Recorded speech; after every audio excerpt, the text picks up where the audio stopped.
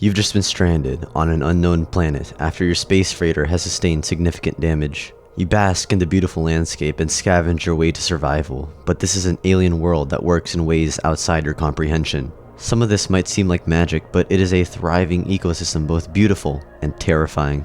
You and your partner are searching for your ship, which has crash-landed somewhere east. Along the way, you feel a strange presence following you around. You don't know what it is. You turn and walk away, but you feel a sudden prick on your arm. Is it a bite? A sting?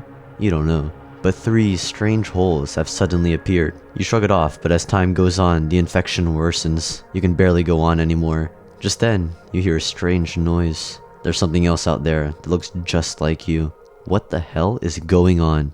Please watch Scavengers Reign. It was a comment somebody left on one of my videos. I read and respond to nearly every single comment, and if somebody recommends anything, I'll probably give it a quick search to see if it's something I might enjoy. I never heard of Scavengers Reign, and chances are you haven't seen it either. There's been close to no mention of the show on any of my social media feeds, which is weird because the teaser amassed a whopping 1.4 million views. So when I finally sat down and watched the first episode,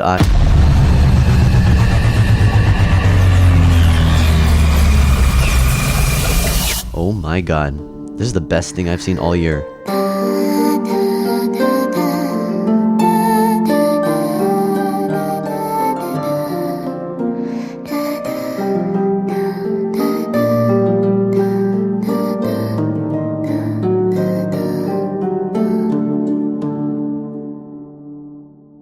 In my opinion, Western 2D animation has never had very many hard hitters. We've got Avatar, Invincible, Bluey, and some more, but there aren't a lot of outstanding shows, especially when compared to stuff like Japanese animation. A lot more resources have been put into live action and 3D stuff. Luckily, Scavengers Reign is without a doubt one of the hardest hitting shows in existence. But to say that it's the best show of 2023 is a hefty statement because of all the insane things that have come out this year, but at least for me, the show hit on a whole different level. To give a basic gist of the story, Scavengers Reign is about the crew of a damaged space freighter, and they have been stranded on an unknown alien planet. Yep, it's as simple as that, but the show takes the concept to astounding heights. My personal favorite list of shows hasn't budged in a little while, so when something is able to break through that great wall of masterpieces, I know I've just seen something special. From the characters, the fluid animation, and the absolutely beautiful world, Scavengers Reign will leave you speechless. If this is your first exposure to the show, the first thing you'll probably notice is how beautiful every frame is. I swear, you can pause on any part of any episode and it could be a wallpaper. The last time I saw something like this was Neon Genesis Evangelion. So many of these gorgeous landscapes look straight out of a Mobius painting or a shot from a Ghibli movie.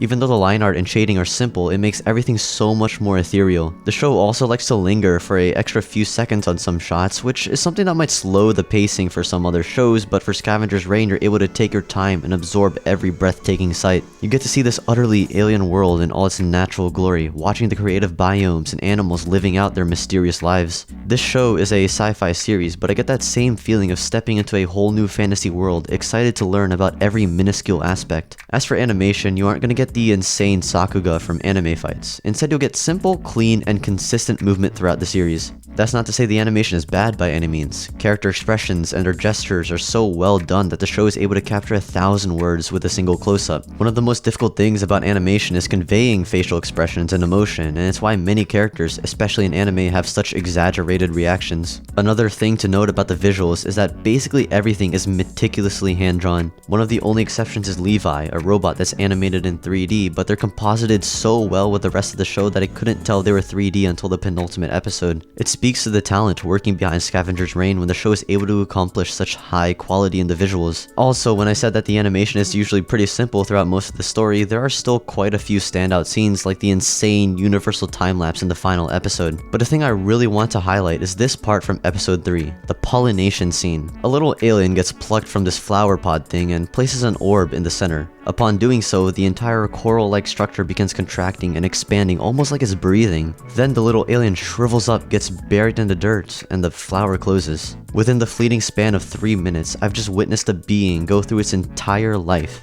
I was left completely speechless. It's only 3 episodes in, and I already knew that Scavengers Reign would be one of my new favorite shows. The series could end horribly, but I would still love it for that singular scene. Thankfully, the ending was perfect. Perfect. Everything, down to the last minute details. For me, there are only a few times where a scene hits so hard that I could never forget it. An example would be the snowball fight scene from the Chainsaw Man manga. I still remember how that entire sequence tore me to shreds. Despite having witnessed so many jaw-dropping moments from many different pieces of media, this one scene from the 3rd episode of Scavengers Reign is 3 minutes of pure art that I'll never forget.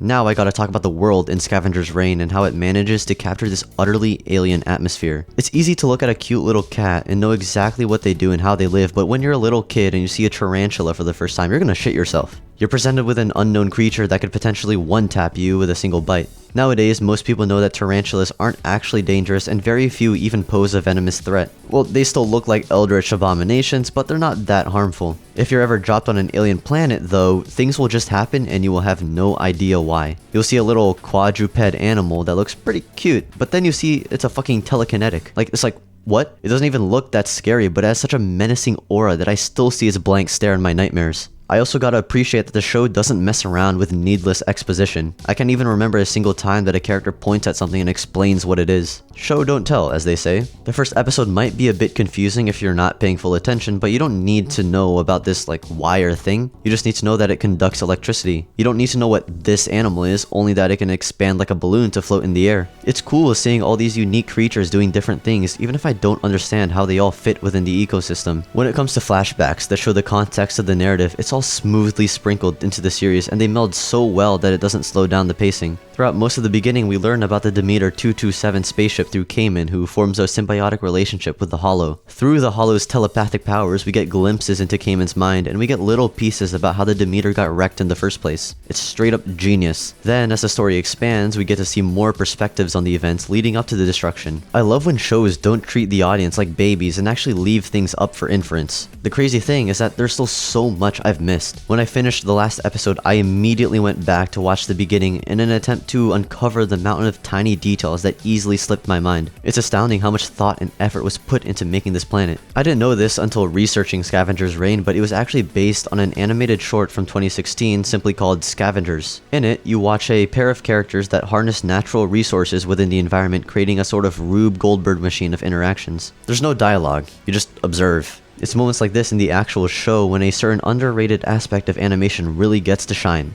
Sound design.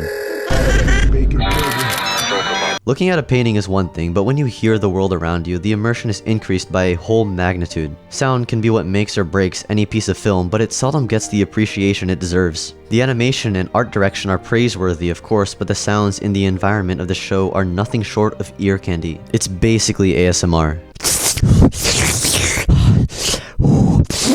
You feel every impact in your bones. You're there with the characters, sitting in the forest, admiring the flora. You could step away from the show and still feel like the world is its own living entity. Of course, since I'm already talking about sound, there's no shortage of spectacular music. From the calm piano of the main theme to the cinematic and atmospheric compositions, each track will take your breath away. The music has a similar symphonic tone that you hear in many space operas, but it's still tremendously unique in its own right. It goes for something more low-key with a lot of very calm pieces. I can't really play full clips to hammer in the point, but trust me when I say the soundtrack is all bangers. Having gushed about the visuals and sound design, it's time to talk about the actual stories and characters. I can't give away too many spoilers, but they are all masterfully written. At first glance, it may seem like the character designs are a little ordinary, but it's an interesting juxtaposition against the extraordinary world around them. It's easy to make seemingly regular people stand out when everything else is so weird. As I mentioned earlier, Scavengers Reign is able to capture so many emotions with each character. Their relationships are also extremely well developed. The first death is not someone you would expect, and it hit like a truck. I even remember that there was a part where a new character gets introduced only to die an episode later, but it stung like hell. Despite barely even getting to know them, I could feel my eyes watering.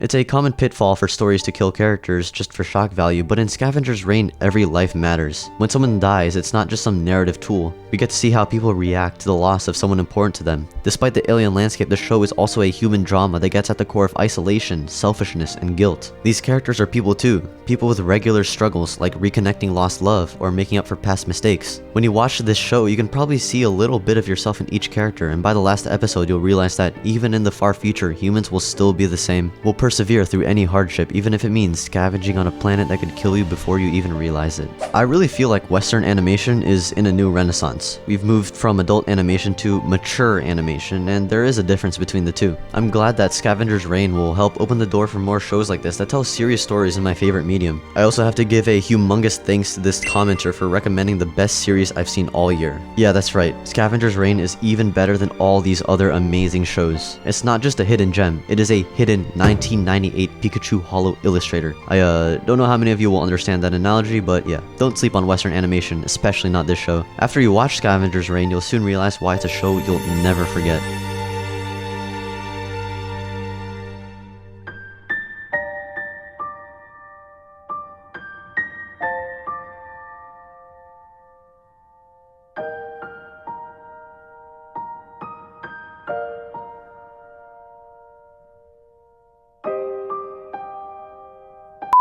Tyler, you gotta make another cameo. What if I say no? I already caught your voice, so you already made a cameo. Can I go home now? No. How long am I gonna be in the dungeon, Lay?